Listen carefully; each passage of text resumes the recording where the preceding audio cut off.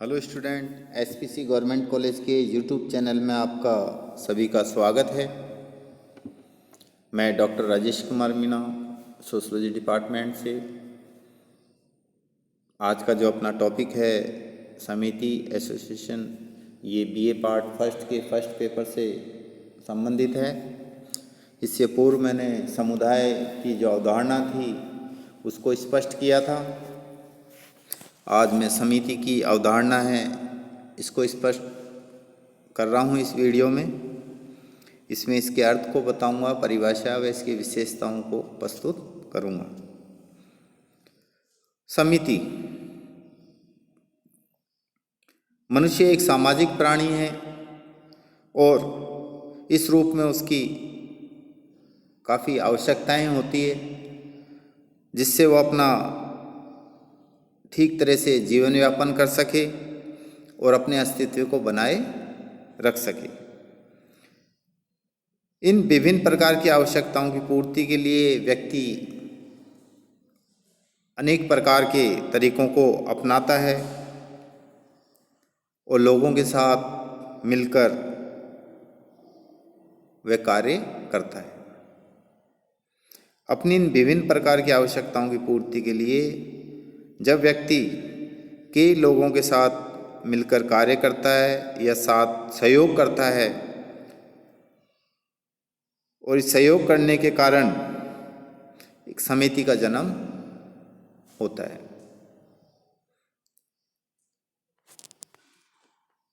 समिति का अर्थ जब कुछ लोग मिलकर अपनी आवश्यकताओं या उद्देश्यों की पूर्ति के लिए सहयोग करते हैं या संगठन बनाकर प्रयत्न करते हैं तो ऐसे संगठन को समिति कहा जाता है।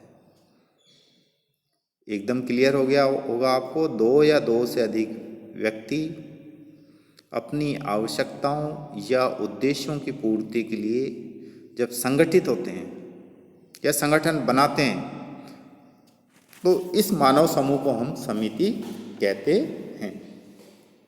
इसके उदाहरण है, आपको जनरली बता दूं, एक मानव है, अपन सामाजिक प्राणी हैं, अपनी विभिन्न प्रकार की आवश्यकताएं। यह आवश्यकताएं जैसे आर्थिक आवश्यकताएं भी हैं, राजनीतिक आवश्यकताएं भी हैं, धार्मिक आवश्यकता, शैक्षणिक आवश्यकता, सांस्कृतिक आवश्यकता, मनोरंजनात्मक आवश्यकताएं। और ये सभी आवश्यकताओं की पूर्ति के लिए हम विभिन्न प्रकार की समिति बनाते हैं। जैसे समिति के उदाहरण है व्यापारिक समिति, मजदूर संगठन, व्यावसायिक समितियां, सहकारी समितियां, सुधार आंदोलन संगठन हो गए, राजनीतिक दलों, ये सब समिति के उदाहरण हैं। पंचायतों, विभिन्न समाज कल्याण समितियां होती है, धार्मिक समाज होता है, प्रार्थना समाज, रामायण मंडल, कॉलेज, वैज्ञानिक समाज, कलात्मक समाज, संगीत मंडल, व्यायामशाला, परिवार, महिला संगठन, साहित्य परिषद, ये सब समिति के उदाहरण हैं। मुख्य रूप से आप परिवार है, कॉलेज है, साहित्य परिषद है, राजनीतिक दल है, मजदूर संगठन है, इनको आप याद रख सकते हो। सब ये मानव समूह है और ये मानव समूह अपनी विभिन्न प्रकार की आवश्यकताओं की या उद्देश्यों की पूर्ति के लिए एक दूसरे को सहयोग करते हैं और एक संगठन का निर्माण करते हैं। इस संगठन को हम समिति कहते हैं। समिति की परिभाषा मेकाय और पेस ने दी है। उनके अनुसार समिति मनुष्यों का एक समूह है जिससे किसी सामान्य उद्देश्य या उद्देश्यों को प्राप्त करने के लिए संगठित किया गया है। अब ये एकदम स्पष्ट हो गया कि समिति एक मनुष्यों का एक समूह है और ये समूह किसी निश्चित उद्देश्य या उद्देश्यों के लिए आपस में संगठित हुआ है और इन उद्देश्यों को प्राप्त करने के लिए वो अपना एक संगठन बनाता है, उसे हम समिति कहते हैं।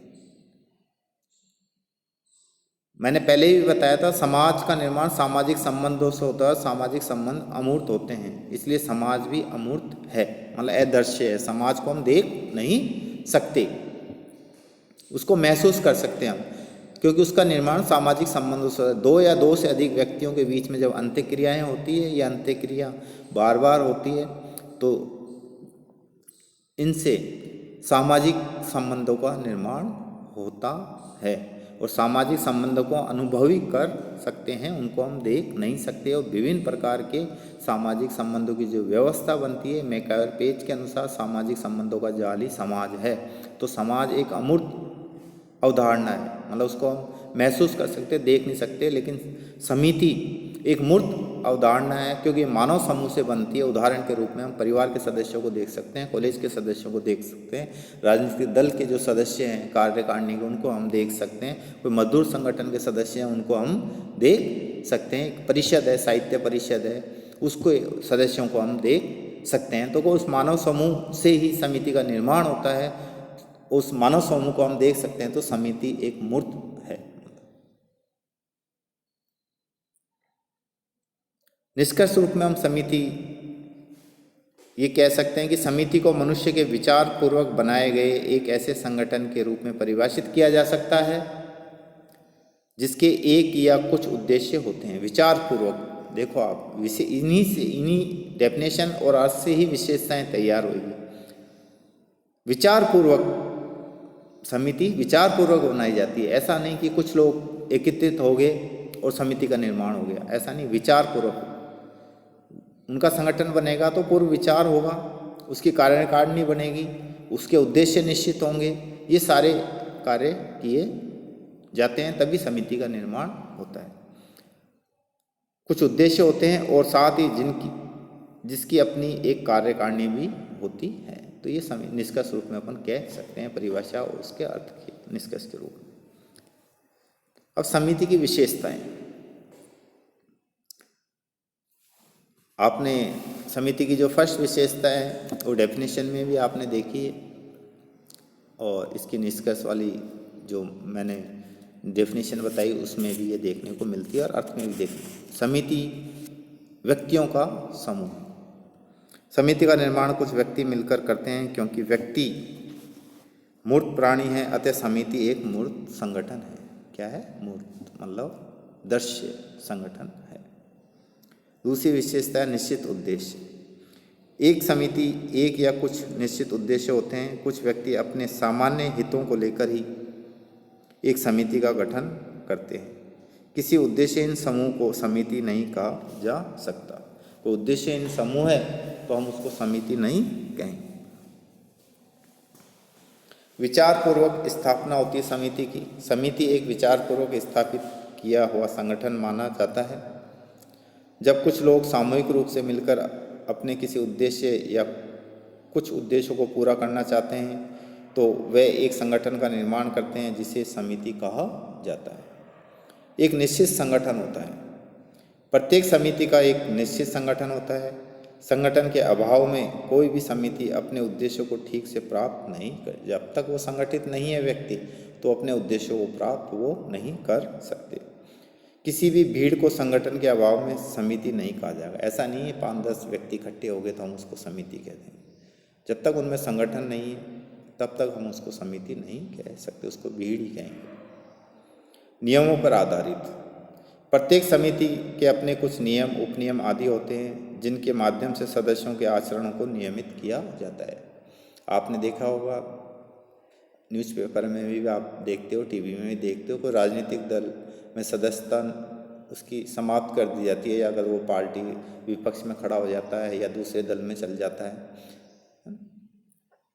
या जो कार्यकारिणी है उसके नियमों का वो पालन नहीं करता है, तो उसकी सदस्यता समाप्त कर दी जाती है। तो उन नियमों का पालन करना अति आवश्यक होता है। तो समिति में नियम होते हैं जो सदस्यों के आचरणों को नियंत्रित करते हैं, उनके अनुसार उनको व्यवहार करना पड़ता है, तभी वो अपने उद्देश्यों को प्राप्त कर सकते हैं। ऐसे नियमों में सदस्यता संबंधी योग्यता भी होती है। सदस्यता शुल्क, कार्य प्रणाली आदि आते हैं। समिति में सदस्यता शुल्क भी लिया जाता है और योग्यता भी होती है। समिति में विभिन्न कार्यकारिणी में विभिन्न पद होते हैं, उन पदों योग्यता के अनुसार उनको पद दिए जाते हैं। ऐच्छिक सदस्यता। किसी भी समिति का सदस्य बनना या नहीं बनना पूर्णतः व्यक्ति की इच्छा पर निर्भर करता है। अगर वो चाहे तो समिति का सदस्य बन सकता है, और नहीं चाहे तो सदस्यता को छोड़ सकता है। वो ऐच्छिक सदस्यता है। अस्थायी प्रकृति, समिति के अपने उद्देश्य होते हैं, अगर वो उद्देश्य उसे प्राप्त हो जाते हैं तो वो समिति भंग हो जाती है या समाप्त हो जाती है। उदाहरण के रूप में शिक्षण संस्थाओं में छात्र कुछ मांगों को लेकर विद्यार्थी संघर्ष समिति का अगर गठन करते हैं और अपने आंदोलन चलाते हैं और उन मांगों को अगर मान लिया जाता है तो संघर्ष समिति स्वयं भंग हो जाती है या भंग कर दी जाती है। औपचारिक संबंध, समिति के सदस्यों के बीच में पाए जाने वाले संबंधों की प्रकृति औपचारिक होती है। व्यक्ति अपने उद्देश्यों की पूर्ति के लिए विभिन्न समितियों का सदस्यता वो ग्रहण करता है, क्योंकि व्यक्ति के जीवन में विभिन्न प्रकार के उद्देश्य होते हैं। वो अलग अलग समिति, एक ही समय में अलग अलग समिति का वो सदस्य होता है, इसलिए समिति के सदस्यों के साथ उसके इतने घनिष्ठ संबंध स्थापित नहीं हो पाते। साध्य नहीं होकर साधन है, समिति अपने आप में एक साध्य नहीं है, साधन है इन समिति, जिसके माध्यम से व्यक्ति अपने उद्देश्यों को प्राप्त करता है। धन्यवाद स्टूडेंट।